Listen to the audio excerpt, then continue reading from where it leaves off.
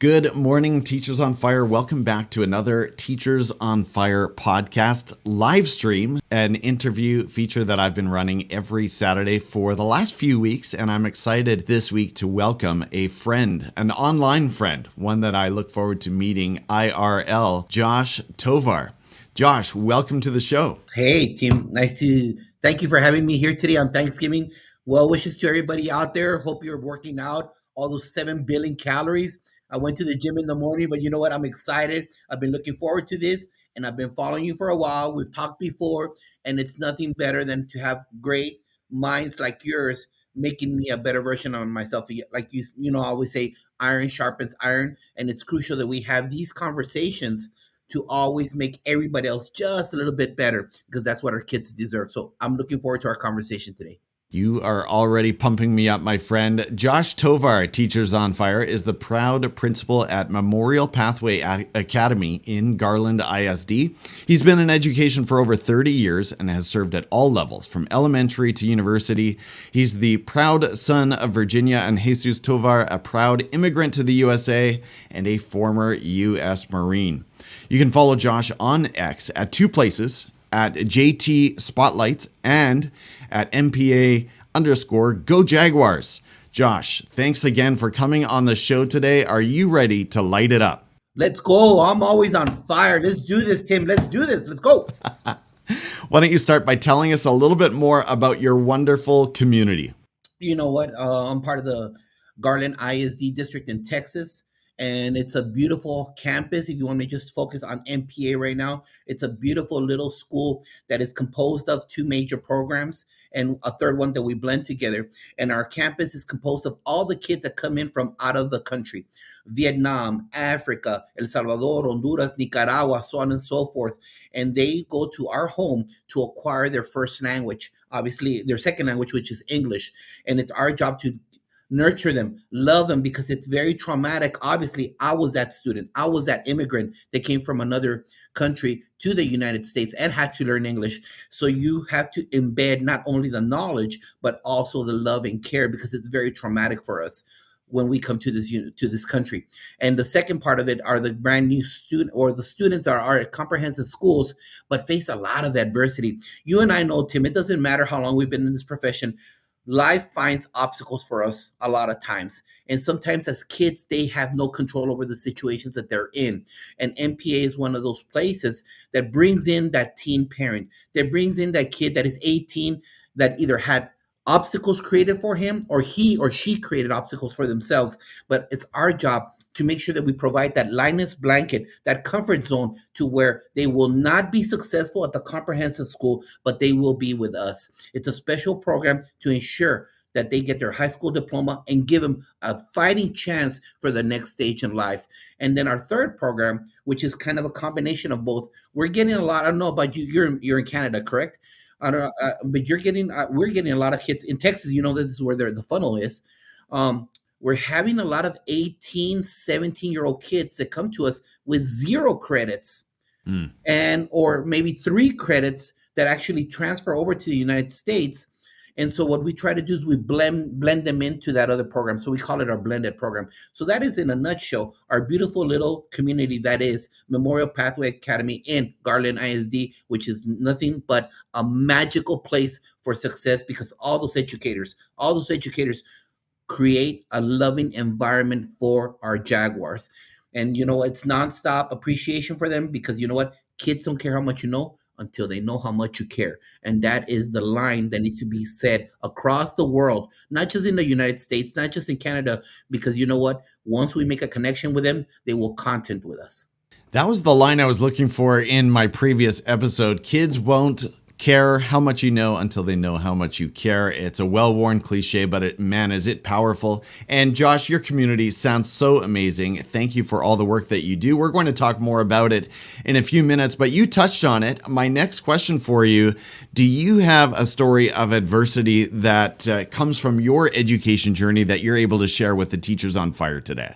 Well, I'll give you 2 brief ones. Obviously, there's a lot of attachments when you face adversity. It's not just like a little rock in your shoe that you get rid of. Obviously, the number one thing is that when I came over to this country, I'm a product of full immersion. when I arrived here to Texas.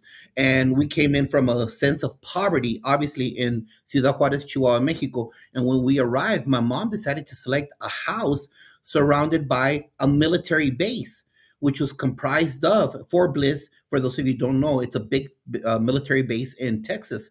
And that area was comprised of lieutenants, colonels, high ranking officials, and their wives would be our teachers, our educators. And the thing is that they obviously did not know how to connect with someone like myself. So it was a very troubling situation. I'm glad I had a mom that pushed me, whether in a nice way or not a nice way, a good old Hispanic mom, which is, hey, you will learn this language. Because when we arrived, they wanted to drop me back to kindergarten, lay a foundation. I should have been in second grade when I arrived here. But they said, you need to learn this much vocabulary in this amount of time. If not, we're going to drop you to kinder. Imagine me in kinder, 2 years behind. That is ridiculous. But that's what happened. That was the thought process back then. We cannot judge today's standards on back then's mentality. It's wrong. It's wrong. And I see that a lot as a history teacher. We just need to make sure that during that time, that was the thought process. So it was very challenging. But you know what? With the support that I had at home, with the support of just pushing forward, I was able to overcome whatever obstacles were there in life. And then another one, and I think this is one of the things, Tim, that a lot of us don't talk about, is the adversity that happens within the system, the education system. I don't know about you, but there was a time, like around 14 years ago, that I've been on the good side of politics and on the bad side of politics. You know what I'm talking about, Tim? There's good politics and bad politics in our field. And so I've always been in the good side, but there was a time that I was in the bad side. And so we had a situation where there was an interim superintendent, there was an interim principal at the school that I was at. And in a nutshell, they sent me over and they said, hey, Josh, we need you to move. And I'm thinking, okay, you know what happens in the United States? They move people from one place to another place, one school to another school. Well, they told me, well, you know what? You have a choice of either being moved to HVAC or transportation. Let me repeat that again. HVAC to transportation. So obviously, this was not a very warm and fuzzy meeting. So Tim, if I was to tell you, Tim, right now I want you to make a life decision career. You've been an assistant principal for so many years at the elementary, middle school, and high school level. Tim, can you please determine the best fit for you, HVAC or transportation? Ouch. This was a very troubling and painful situation. But you know what? It is what it happens with politics. So rule out there, hey, educator out there, know your politics, understand your politics, know who has the silent power around you, and know who has the alliances. And it's crucial because it does happen in the chair that we sit in at all levels. Look at a football coach. They don't win. There's that silent politics going on out there in the stands. So that adversity, I selected being placed in transportation, and it was the best thing. I truly believe this, Tim. Hear me out. God puts you where he needs you to be. God will place you where he needs you and where you need to be. And let me tell you, during that time, I was working, being an assistant principal at a high school, I was working 14, 15-hour days. That's what happens. Schools in Texas are very big, 1,800, 3,000 kids. So you put in the time, you put in the work to be the best version of yourself. And so this job took me from 18 hours to working maybe 5 hours a day, 6 hours actual work. Because, if they're out in the field, the buses are out in the field, there's nobody there. There's no interaction. You're not dealing with discipline. You're not dealing with issues. And so I did not allow their politics to bring me down. I kept pushing ahead because you know what? Hard work always pays out. People will always see you put in the work and put in the time and loving what you're doing. And you know what? I became the best transportation supervisor out there. And I didn't let anyone see me cry. I didn't let anyone see me get me down. And when I was placed back on the campus 2 years later, all the drivers are like, come back, Mr. Tovar, come back. We miss you. We miss you. Because you know what? We're not in the science business. We're not in the math business. We're not in the history business. We're in the people business. And as long as we make that connection with people, it doesn't matter what echelon, what billet you serve. As long as you're supporting people, they will always ensure that they got your back. And you know what? These two experiences of learning English, going through people that didn't understand Spanish, they were all from South Carolina. They were all from Virginia. They didn't understand one thing. They even renamed me, Tim. I go by Josh. You know me by Josh, but that's not Right. my name. One of the Hispanic teachers there said, these ladies can't say your name, Federico Josue Tovar. So they renamed me. You're Josh now. From that moment on, I've been Josh. They renamed me because they couldn't say Federico Josue. So I Mm. was renamed Josh. And you, again, there's a lot of people that get very upset about that and about the system and the man. Look, that's what happened. And I'm Josh. And over here, it doesn't matter what obstacle was placed in front of me. I looked at it and I made it and I became the best at whatever it is. So whatever you do, dog catcher, dishwasher, teacher, coach, be the best version of that and you will always be successful. And people will always say, you know what? That dude, that lady puts in the time and the work. Josh, Josue, you are already dropping so many bombs. I am loving this. Wow, podcast made already, and we're early into this. Thank you so much, Josh, for sharing those two stories. Well, the next question up, Josh, I want to talk about what you do on the regular so well. And looking through your feed just yesterday, I could see you're doing more of it this week. What motivates you to share your school's story of learning and growth and celebrate your students the way that you do?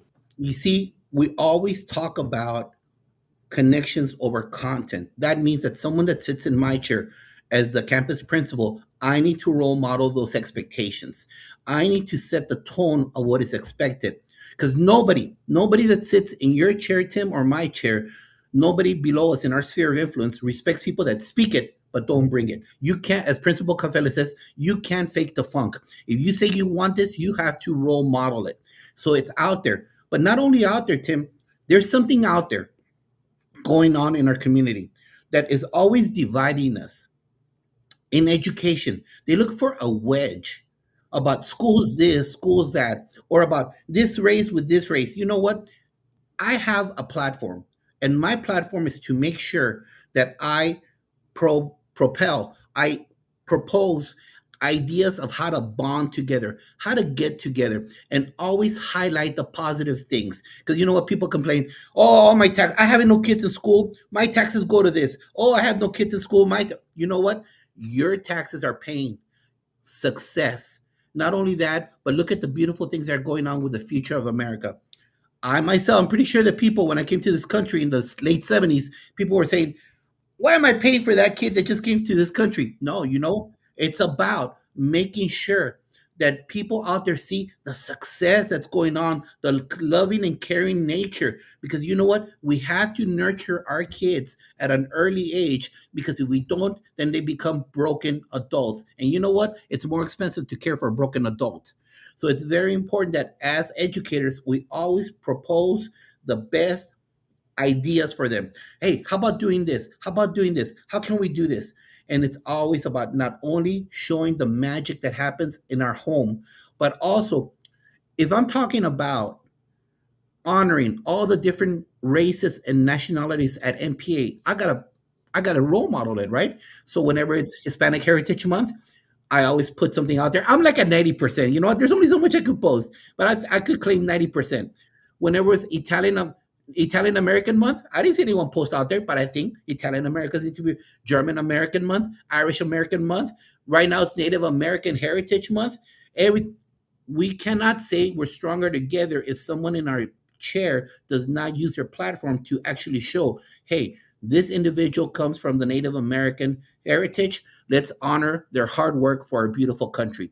So it's not only the academics, it's not only the hard work that our team members in the classroom are doing, but also a society, because that wedge, someone is driving the wedge between us, and we need to obliterate that by with posting positivity. And that's why if you see I have two different X channels. One is the campus, and the other one is just I try to promote positive stuff, because I know that that negativity is not out there, but we need more people to promote the positivity happening not only at the campus but in our beautiful society.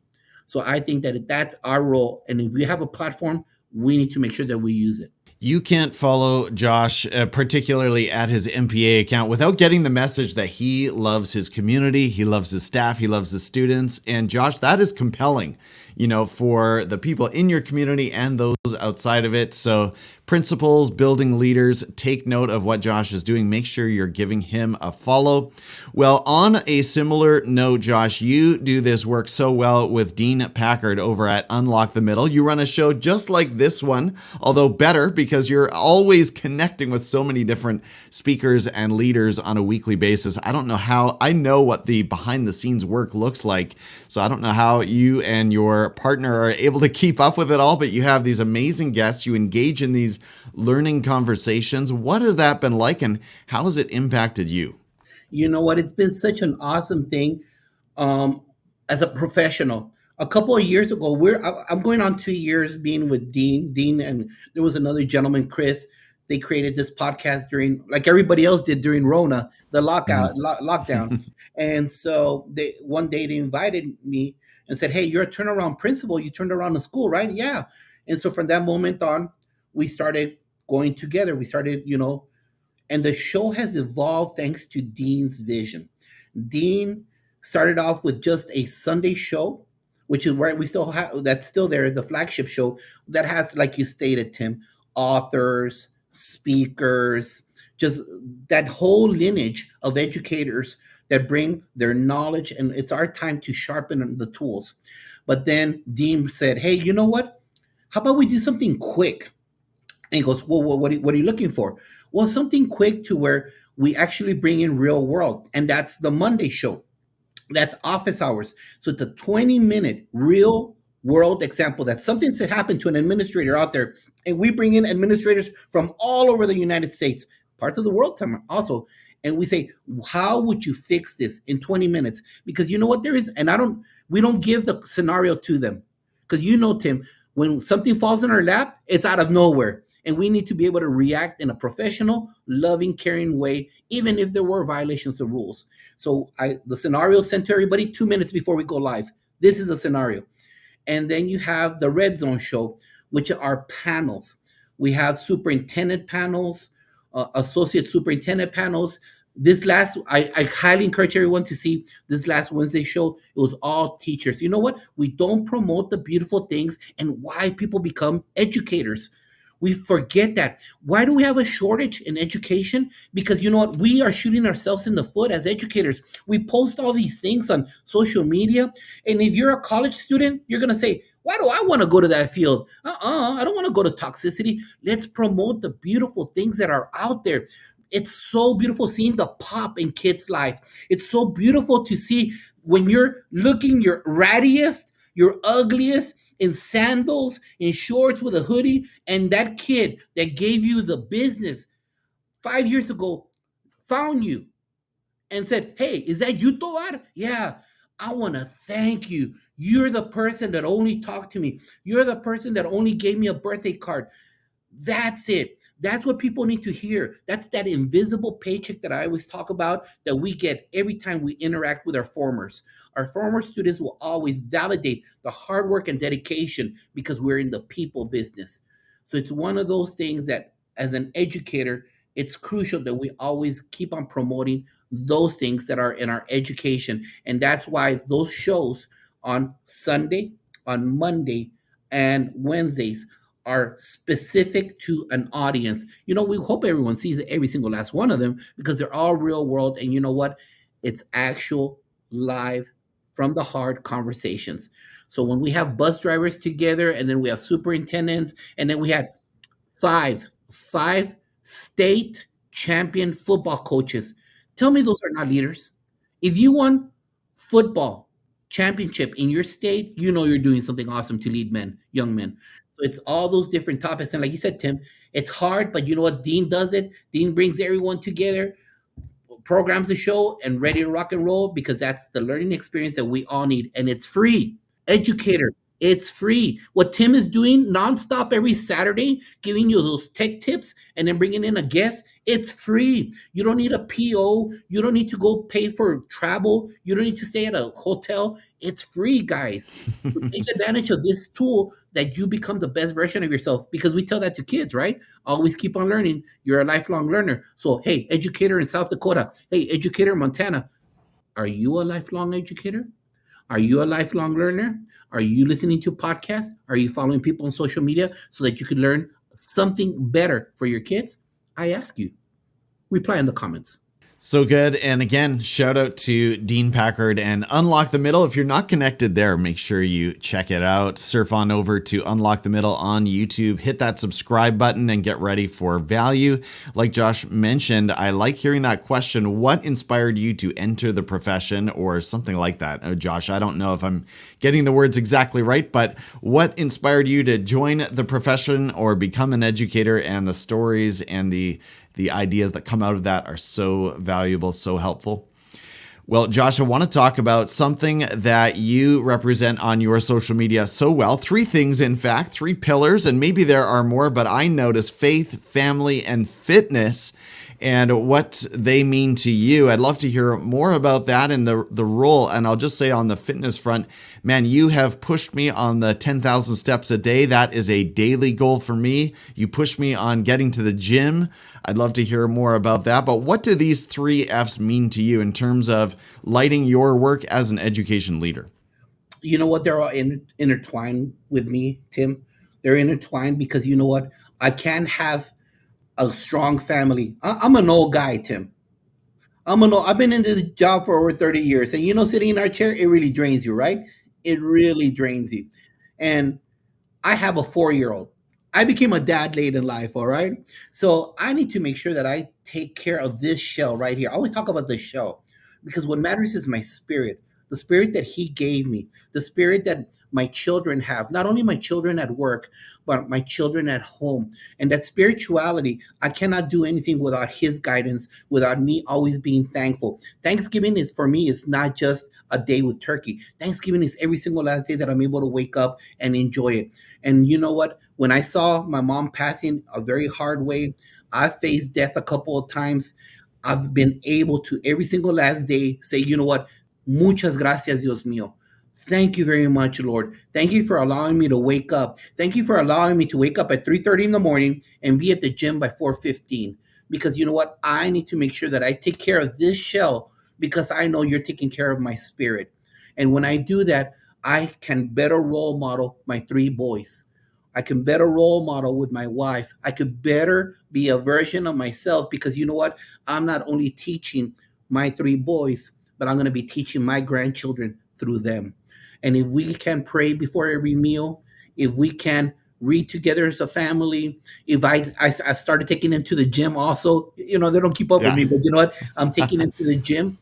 And it's those things that we establish, those patterns of behavior, those patterns of success, then we will be okay. And nothing cannot happen throughout his grace, throughout his will that he has provided me. And you know what? I'm just his faithful servant. And that's why every time I think of something negative comes across, I'm human.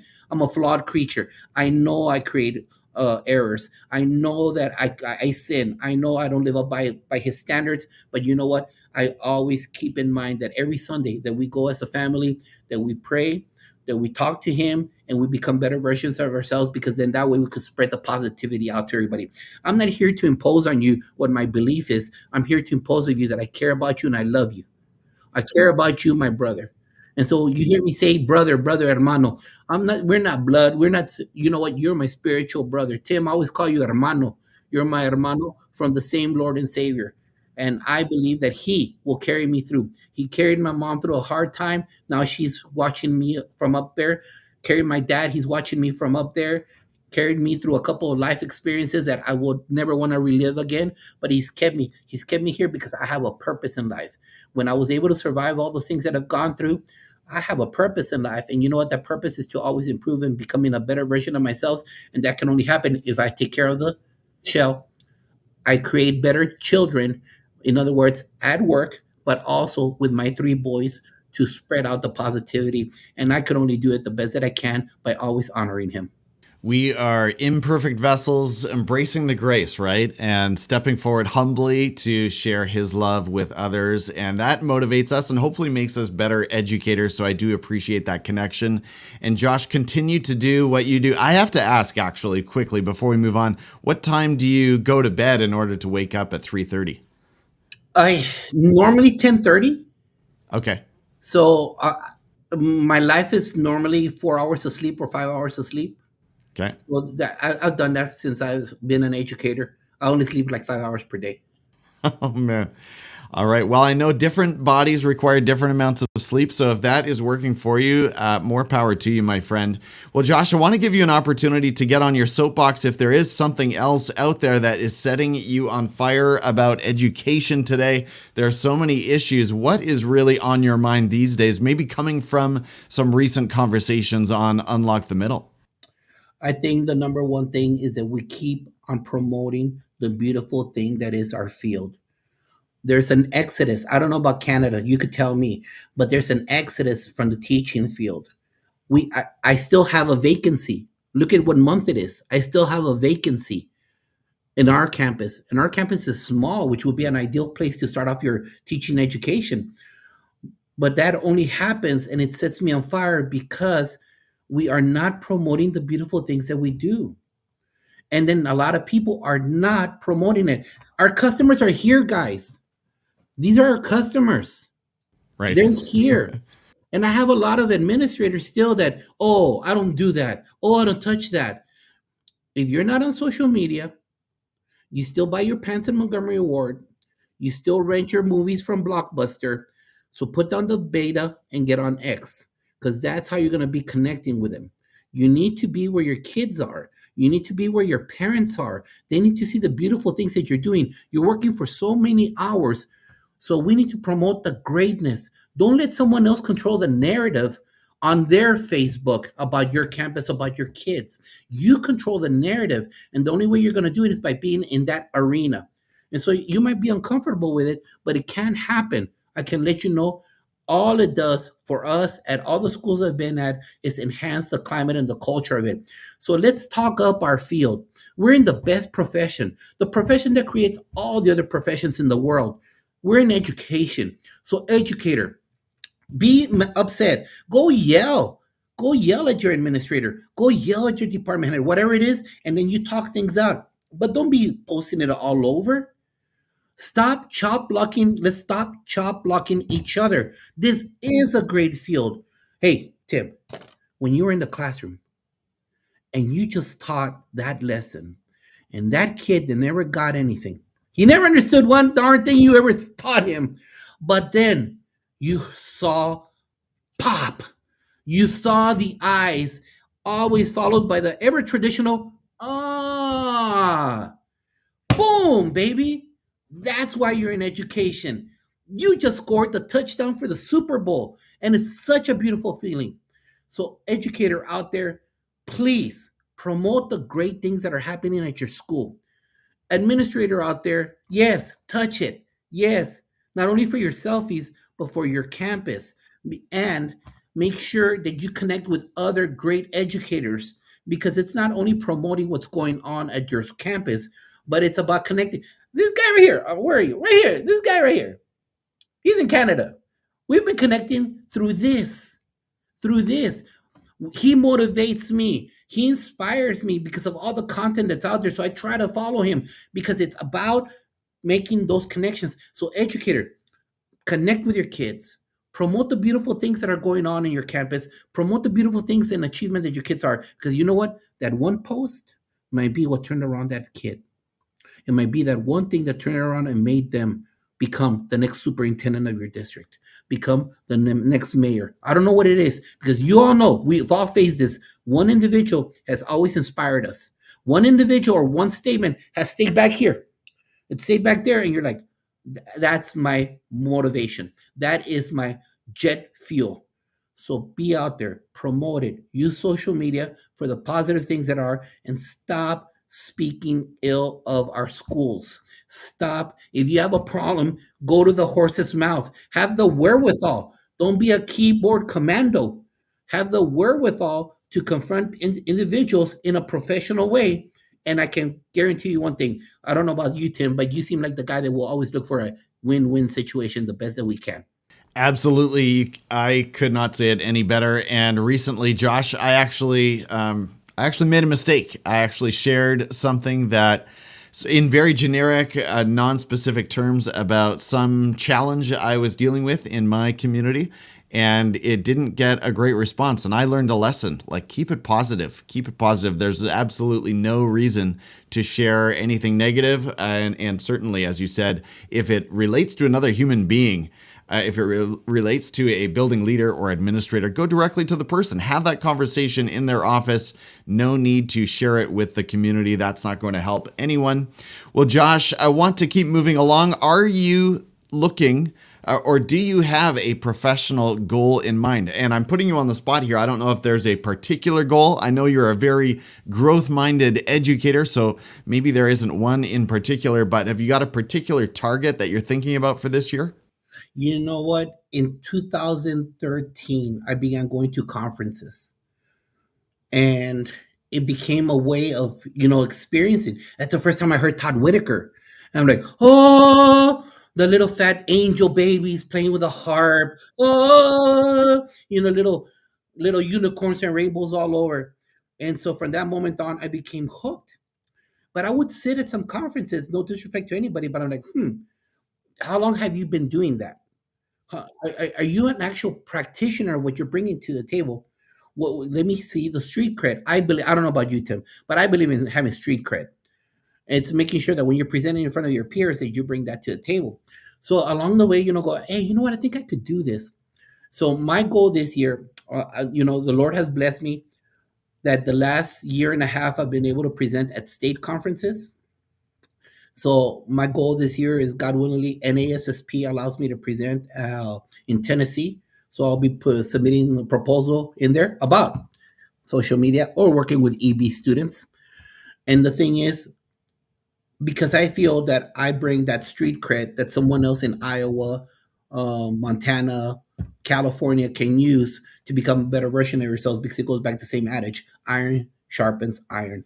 And so that's one of my goals, because then you say, you know what? Hey, you could do it. You could do it also. Bring the knowledge to somebody else so that they become the best version of themselves.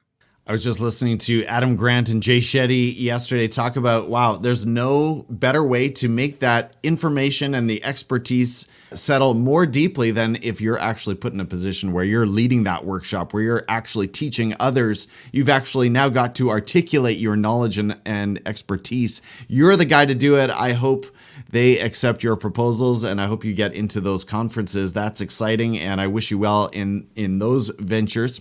Well, Josh, when you leave the building, we've already talked about faith, family, and fitness, so I don't know if there is anything else that matters in your life, but is there another hobby or activity that brings more fire to you and charges you up for those times when you do come back into the building? Making sure that I'm the best dad that I can be. I did not have the ideal growing up. I had a very bad childhood. Um, uh, I was that horrible high school student that would ditch a lot. I would go drink in Juarez, which was the border city to El Paso. I was an alcoholic. I didn't care about a lot of things. I'm a child of divorce.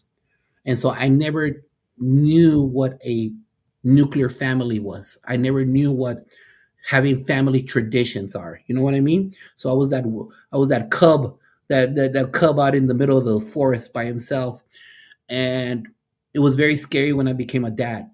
Because I didn't have those rituals. I didn't have those things. Even as a family, we were not an effective family because we were always separated. The only thing that brought us together was traditional holidays. Other than that, we wouldn't see each other. And so my passion and my fire is making sure that I'm able to hold and smell my 4-year-old in a good way, um, my middle school kid, my high school kid, and that I bring the best version of me to them. and obviously to my wife also, because she is the one that brings us all together. I feel sorry for her. Four guys, one woman. That's not good. Those are not good odds for her. But you know what? Is becoming the best dad that I can be, having patience, because how I treat my wife, how I treat them is how they will envision what the world is as a reality.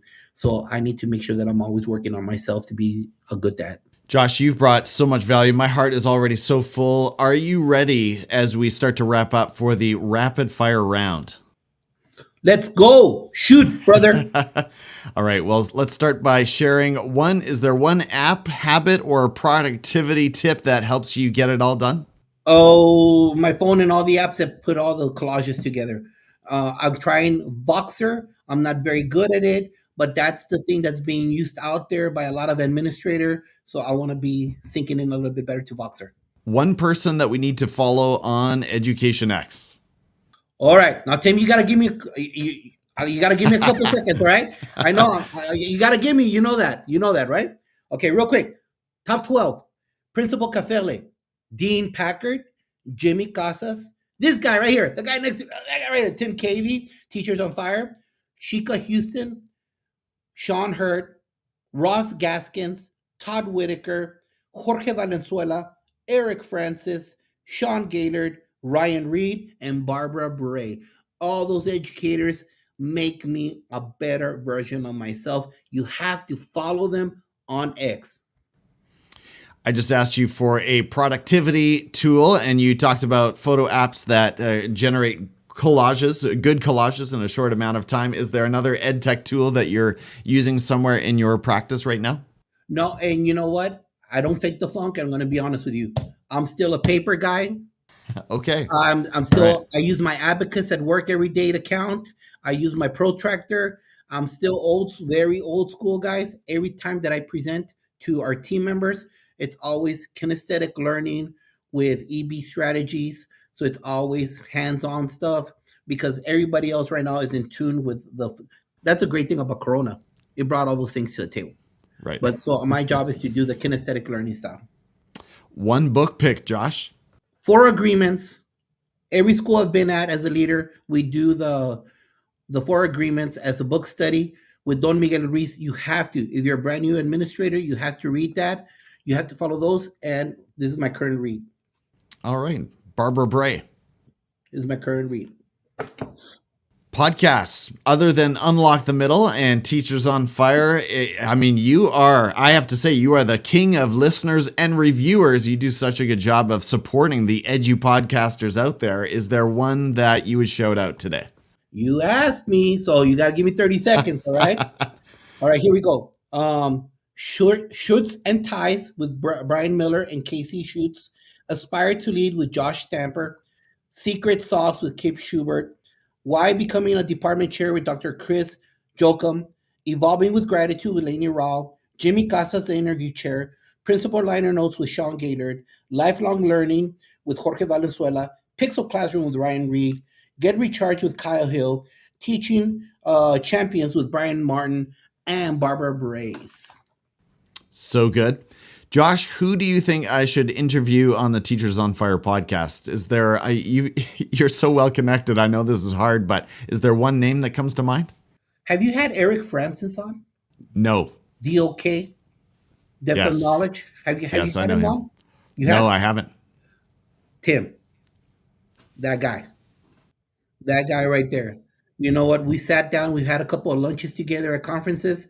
Everybody, now that we have the kids back and we're almost we're not there. With a new version of education right now, it's about how we engage them so they don't take this out. And if we don't question the kids correctly, they're going to take this out. Then it becomes a discipline problem, correct? So his questioning techniques are crucial to engaging bell to bell. I know some people don't like that, like Kevin Curtis about bell to bell, and I understand why he says that, but it's very important that we have the kids engaged because there is a gap in knowledge. The pandemic did create a gap, and we're going to live with this gap for at least, I don't know, long time. I don't even want to throw out a number because this started since kinder. These kids never saw kinder. They started off in second grade. Think about that ripple effect. And then the kids after that started in kinder after Corona really didn't have it because they were still either at home or part time, So there's a big ripple effect in education. So it's how we engage them with actual activities in the classroom that creates that learning environment and that creates that love, that beautiful passion. Because if you are an awesome person, you know how to get your content into that head by engaging and loving those kids. YouTube channel, Josh. And now I know not everyone is a subscriber kind of person, but is there one channel that you go to on the regular? Oh, Teachers on Fire for sure. And no, and you Thank know you. what? I don't mean to plug or promote anything, but I really suggest that you all listen or go look at JT Spotlights, the YouTube channel that I have, because I interview our Jaguars. Remember, our Jaguars are at risk kids. Who listens to them, Tim? Who listens to that teen parent? Who? Who asks them how they learn? Who asks them what their best teacher is?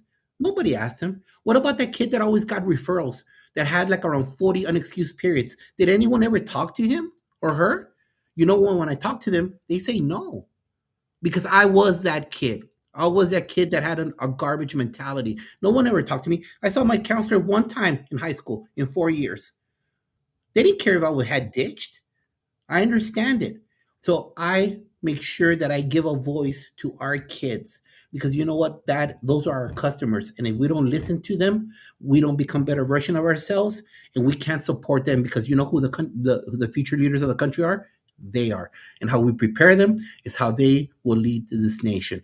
And they have to have a beautiful heart because every time they turn this stuff on, war, destruction, nonsense. So how can we fulfill them with positivity? By giving them a voice. Josh, what are you streaming? Going a little lighter, a little more fun on the fun side. What's the Tovar family streaming these days? We found Grimm. Okay. Grimm. I don't know. We just got addicted to it over Thanksgiving. So we're in season 2. They're quite long, but it helped me bond with one of my boys. So we've been watching Grimm. And that's the only thing we're streaming right now. Josh, as we close one more time, what are the best ways for the Teachers on Fire out there to connect with you and your work? Two major, everybody out there, whatever you do, make sure that you keep your hashtags or your handles easy. It's MPA Jaguars, MPA Gold Jaguars, or JT Spotlights. Those are the things that will be put out there, the things that are the conversations, the positivity that's going out there, but making sure that we all connect. So I highly would appreciate you following and let me know. I'll follow you back so that I learn from you because you know what? I don't know it all. The longer I've been in my business, the longer I've been in it is the more I learn. I don't know anything. 32 years, 32, Tim, 32, all levels, pre-K, and I've taught at the university level. And the longer I'm in this field, the more I realize I don't know a lot. That's spoken like a lifelong learner right there. Thank you so much, Josh. I really appreciate your generous time. This has been everything I hoped for and more. Teachers on Fire, I'm your host, Tim Cavey, and I'm so grateful that you decided to spend some of your day listening to this podcast or viewing along with us on YouTube. I hope that in some way the content you heard today from Josh Tovar sparked your thinking and ignited your practice, and I'll meet you next week right here on the Teachers on Fire podcast. Take care, everyone. Take a moment to share an encouraging message to lift up a colleague and keep your own fire for learning burning bright. Bye-bye. You can still go. Even when you feel slow, you can still go. Even when there's no hope, you can still go. I never answer to no, man, I still go.